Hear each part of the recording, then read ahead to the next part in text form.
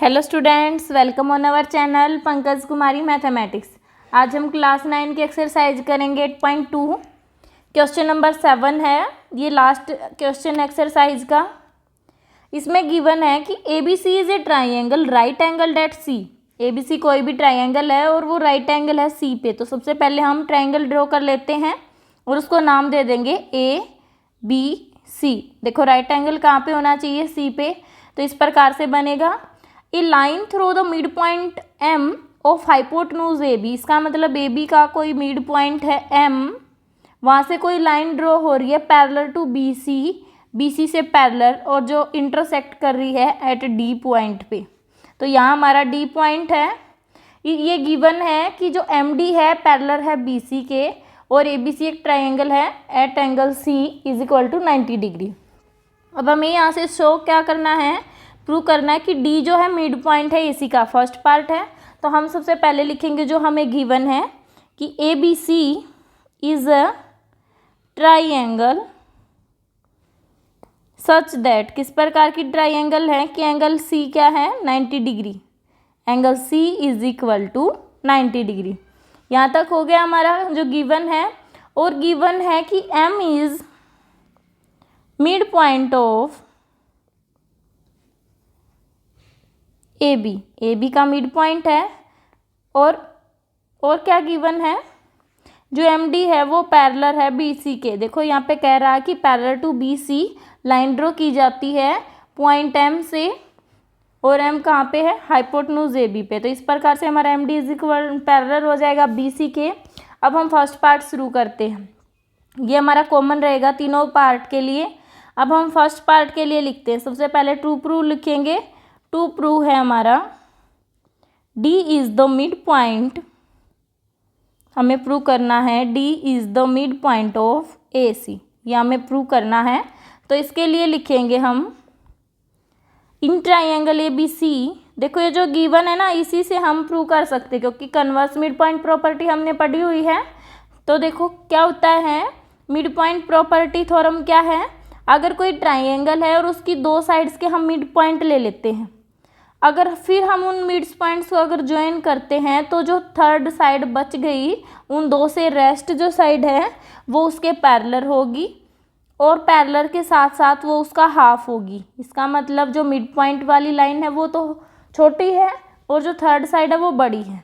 तो इसका मतलब अगर हम इसमें एक चीज़ को मिस कर देंगे कि हम पहले बोल देते हैं कि ये दो एक पॉइंट है और ये लाइन ऐसे ड्रॉ हो रही है और ये इसके पैरेलल है, तो इसका मतलब ये मिड पॉइंट है, ये कन्वर्स प्रॉपर्टी है।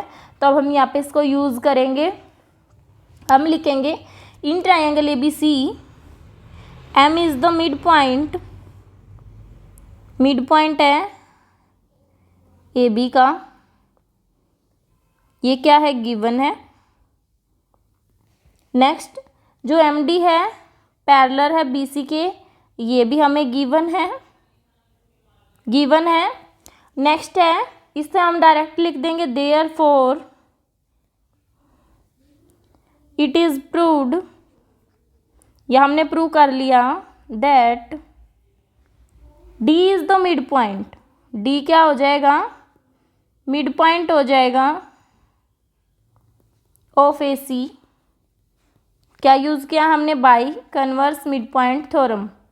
जो कन्वर्स मिड पॉइंट थ्योरम है हमने उसको यूज़ किया है। इस प्रकार से हमने फर्स्ट पार्ट को करना है, थ्योरम को हमने यहाँ पे यूज़ किया है। ये हो गया हमारा फर्स्ट पार्ट। इसमें कुछ नहीं है, हमने बस क्या किया है, कन्वर्स प्रॉपर्टी जो थ्योरम है उसको यूज़ किया है। इस प्रकार से करना हमने फर्स्ट पार्ट। अब देखते हैं सेकंड पार्ट। सेकंड पार्ट में बोल रहा है कि जो एम डी है वो परपेंडिकुलर है ए सी पे। इसका मतलब हमें प्रूव करना है कि ये एंगल जो है 90 डिग्री का है। अब हमें प्रूव करना है जो ए सी के ऊपर है जो एम वो परपेंडिकुलर है। तो उसके लिए हम करेंगे सेकंड पार्ट लिखेंगे हम। सबसे पहले टू प्रूव लिखते हैं। टू प्रूव है हमारा कि एम डी जो है परपेंडिकुलर है ए सी पर। हमें ये प्रूव करना है कि ये परपेंडिकुलर है। तो सबसे पहले लिख लेते हैं, हमें गिवन है एम डी जो है वो पैरेलल है बी सी के, गिवन। नेक्स्ट है जो एंगल एम डी ए है, जो एंगल एम डी ए है ये एंगल है इक्वल हो जाएगा एंगल BCA के। जो ये एंगल है ये इक्वल हो जाएगा दिस एंगल के, क्योंकि देखो अगर हम MD पैरेलल है BC के, ये हमारी MD है और ये BC है, और हम जो AC है जो ट्रांसवर्सल लेते हैं, ये हमारी AC है। इस फिगर को अब आप इस प्रकार से देखो कि ये हमारी AC है। तो अगर हम देखें ये एंगल है जो, और ये एंगल है, ये हमारे इक्वल होते हैं, क्योंकि ये कौन से एंगल होते हैं, कॉरस्पॉन्डिंग एंगल हो जाएंगे। यहाँ से हमें क्या मिल जाएगा, जो angle this angle is equal to this. तो हम लिखेंगे अब कि हमें गिवन था कि MD पैरेलल है BC के, हम ले लेते हैं कि AC as a transversal. AC as a transversal जब हो जाती है तो यहाँ से क्या आ जाएगा, जो एंगल MDA है इक्वल हो जाएगा एंगल BCD के। BCD भी बोल सकते हो या BCA भी बोल सकते हो। ये वाला एंगल हमारा दोनों इक्वल हो जाएंगे। साथ में रीजन लिखेंगे corresponding angle.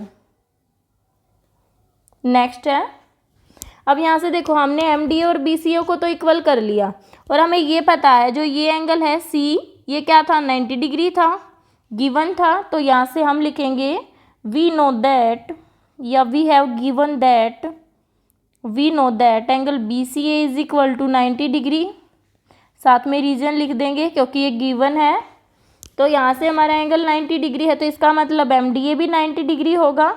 MDA is equal to 90 degree हो जाएगा, बिकॉज साथ में रीजन लिखेंगे MDA is equal to BCA, और ये किसके इक्वल है, 90 डिग्री के। तो यहाँ से हमें मिल गया angle MDA is equal to 90 degree.